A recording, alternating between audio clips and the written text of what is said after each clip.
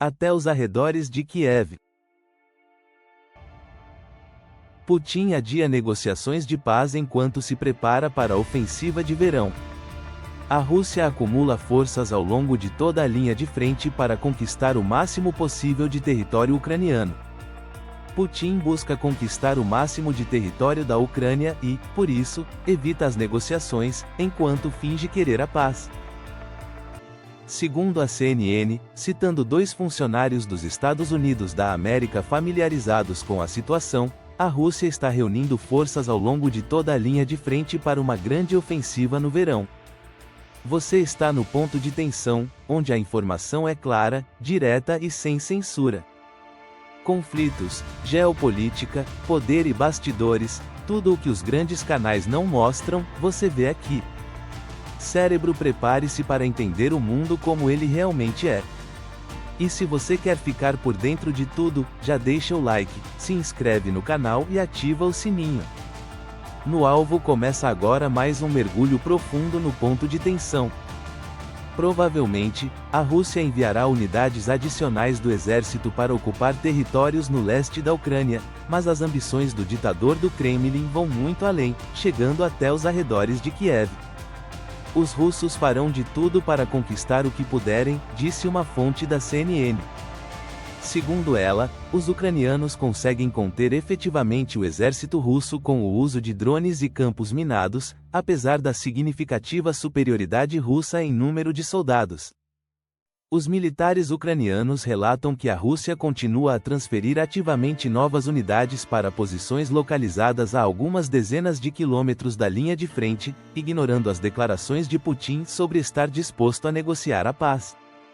Segundo o Washington Post, o líder do Kremlin demonstra claramente seu desejo de adiar qualquer acordo de cessar-fogo com a Ucrânia durante todo o verão, apesar dos apelos dos Estados Unidos da América e da União Europeia.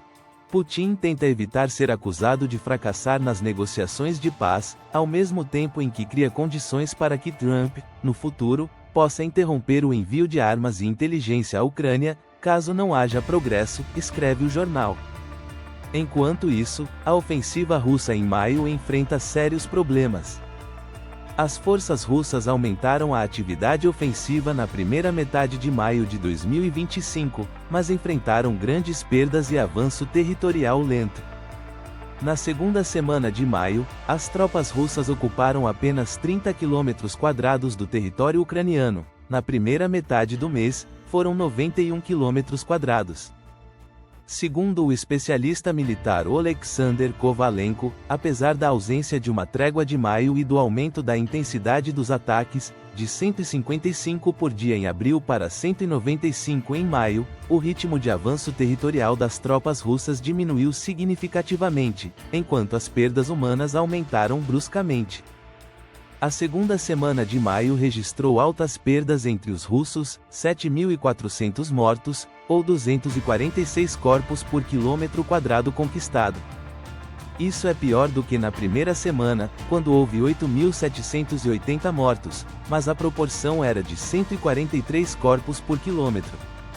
Assim, as perdas totais dos ocupantes na primeira metade de maio chegaram a 16.180 soldados.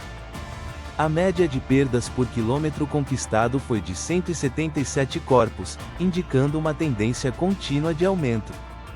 Kovalenko observa que a trégua pascal de abril de 2025 teve um efeito positivo para os russos, conseguiram conquistar mais território com perdas estabilizadas. No entanto, a trégua de maio não teve o mesmo efeito, foi respeitada apenas em pontos isolados, e nas direções principais a intensidade dos ataques não diminuiu, pelo contrário, aumentou. A média de perdas russas por quilômetro quadrado de território desde o início de 2025 é de 193 corpos. Em 2024, esse índice era de 129 corpos por quilômetro. Nos últimos meses, os números vêm crescendo de forma constante. A área total dos territórios ocupados desde o início do ano chegou a 921 km², enquanto as perdas somaram 178.410 militares. Apesar do aumento da atividade, a eficácia das ofensivas russas está diminuindo. Se no final de abril e início de maio houve uma redução nas perdas, já na segunda semana de maio a relação entre perdas e área conquistada voltou a aumentar. Especialistas apontam que a alta densidade de perdas em contraste com o avanço territorial modesto indica problemas táticos no exército russo, um esgotamento gradual do efetivo e falta de apoio suficiente nos eixos principais de combate. Dessa forma, as forças russas continuam sofrendo perdas significativas sem alcançar objetivos estratégicos relevantes. Se essa tendência continuar, as capacidades ofensivas da Rússia ficarão seriamente comprometidas, e a continuação da estratégia atual pode levar a um esgotamento ainda maior de suas forças. Por sua vez, Trump não pode mais adiar. Há apenas uma resposta possível às ações de Putin.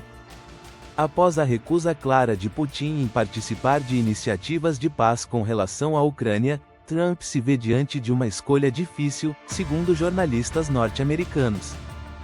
O ditador russo Vladimir Putin tem desrespeitado abertamente o presidente dos Estados Unidos da América, Donald Trump, e suas tentativas de estabelecer um cessar-fogo na Ucrânia.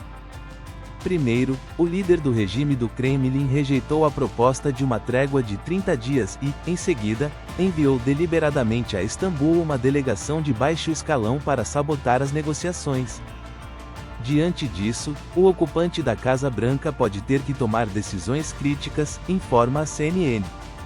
Segundo a reportagem, o Kremlin não está respondendo à pressão dos Estados Unidos da América e da União Europeia, nem leva a sério as iniciativas diplomáticas da parte americana.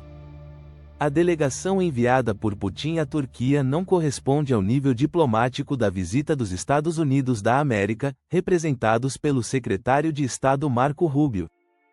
Na opinião dos jornalistas, o chefe do Salão Oval não pode mais adiar decisões sobre as possíveis consequências para Moscou diante da sua recusa em encerrar a guerra. A única opção nessa situação seria a imposição de sanções em larga escala contra a Rússia, conforme mencionado anteriormente pelo presidente da França, Emmanuel Macron. Isso pode vir a ser a decisão mais importante que Trump tomará em relação a esse conflito, destaca o canal. Contudo, a administração Trump aparentemente ainda não desistiu de tentar convencer o ditador russo a iniciar negociações sérias.